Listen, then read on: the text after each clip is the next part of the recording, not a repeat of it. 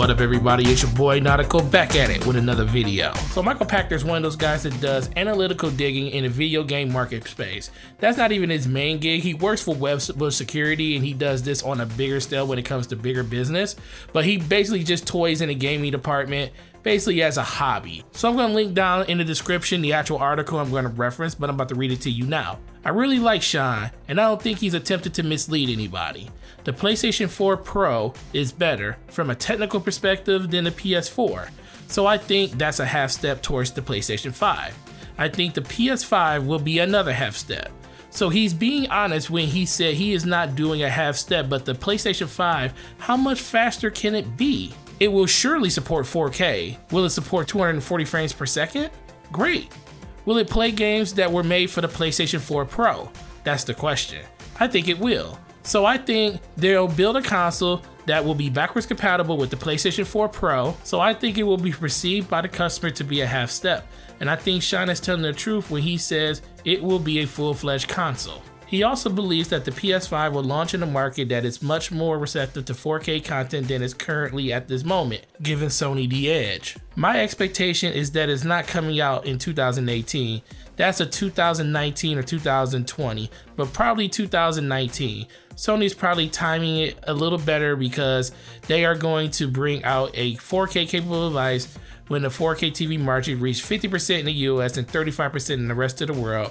I think Sony has probably got the next console cycle nailed down already. I think they already know what they're gonna do. So let's dissect what Michael Pachter had to talk about. First, let's talk about the 240 frames.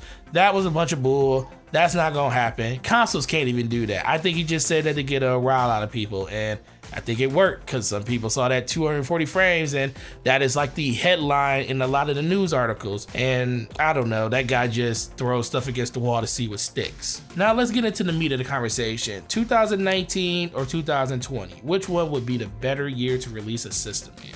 So I do agree with him. I think the 4K adoption rate of TVs will be a lot higher in 2019. It will be even higher in 2020.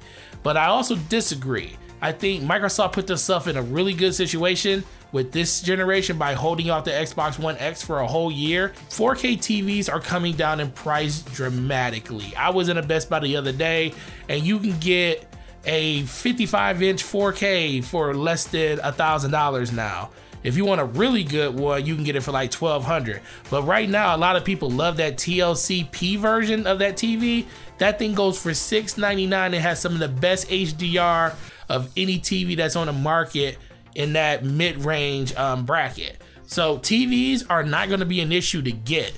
So I think the adoption rate is gonna probably go a little faster. By 2018, I think a lot of people are gonna have 4K TVs in their house. So I think Microsoft did a really good job of setting themselves up early to have more success late. Where PlayStation is definitely gonna come into it with a bigger, I wanna say, install base of 4K TVs, but what is the system gonna look like? In 2019, will The Last of Us 2 be already out? Because if it isn't, that's gonna suck for people that have PS4s thinking that game is only gonna be on PS4.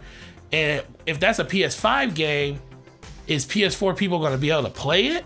So there's a lot of things that go into consideration about making the generational leap in consoles too soon. You know, we did notice that with the PlayStation 3, the reason that got really good success towards the end is because that generation went on way longer than it needed to. But to play devil's advocate, that's how we got The Last of Us. And that game was amazing.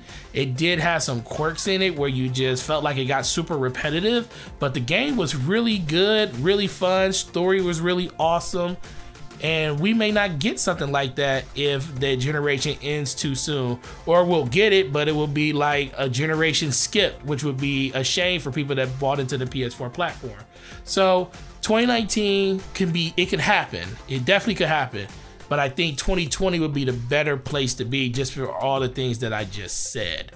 And then Microsoft would also have the opportunity to come out with an even stronger system. So no matter what Sony does, I believe Microsoft has them right where they need to have them. The only reason Sony's leading today at a big margin like it is because Microsoft shot themselves in the foot in 2013 with the whole DRM and Connect talk.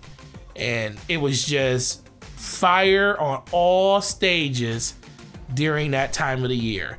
And Microsoft has done a really good job climbing out of that. Phil Spencer has laid the groundwork for what he wants his Xbox to be. You know, he already talked about how he fixed Xbox Live with having the clubs and having looking for group and just the community building that's on the system. It's amazing just to see how much better Xbox Live is than PSN. And then he fixed it and gave us the console that he wanted to give us in the beginning, which is the Xbox One X. Still have a lot to prove on that front, but I think from just all of the numbers and things that we've seen on the X, this is going to be a really successful console. Now he turns his sights to first-party games, and if he can knock that out the park, there's nothing Sony can do in the near future or even in the next generation if Microsoft is pumping on all cylinders. Microsoft has the advantage of knowing exactly what they want to do right now, where Sony is reacting. And that was the one thing that Sony was really good at in the beginning. They were good at just leading the pack. Now that Xbox like basically one-upped them with this new system, now Sony has to react to them. Hopefully Microsoft can hold on to this lead this time, because the one thing I hate the most is fanboys talking about which system is their favorite one and why they hate the other system. I don't hate any system. I just like games. I play them wherever they are. I own all the systems. So if there's a game I want to play, I'm going to play it. I just prefer Xbox because of the community and the friends I have. And if you don't like that, then I'm sorry to tell you, but that's just how it is in my house. But what do you guys think? Do you think that the PlayStation 5 is going to come out in 2019 or 2020? Does it even really matter? Do you think Microsoft is going to wipe the floor with them? Whatever system they bring out anyways? Leave a comment down below. Also, I wanted to talk to you guys for a second. This channel has done so well over the last week to 2 weeks because of all the liking and sharing and just subscribing to the channel and just communicating and having intelligent conversations in the actual comment section. I can't ask for more. As long as you guys keep doing this, I will always be here to give you content, because this is something I love to do. I like sharing my opinion with people, and right now you guys are showing me a lot of love, and I appreciate that a lot. And the only way you can show me more of it is by keep doing what you're doing. If you like the video, hit that like button.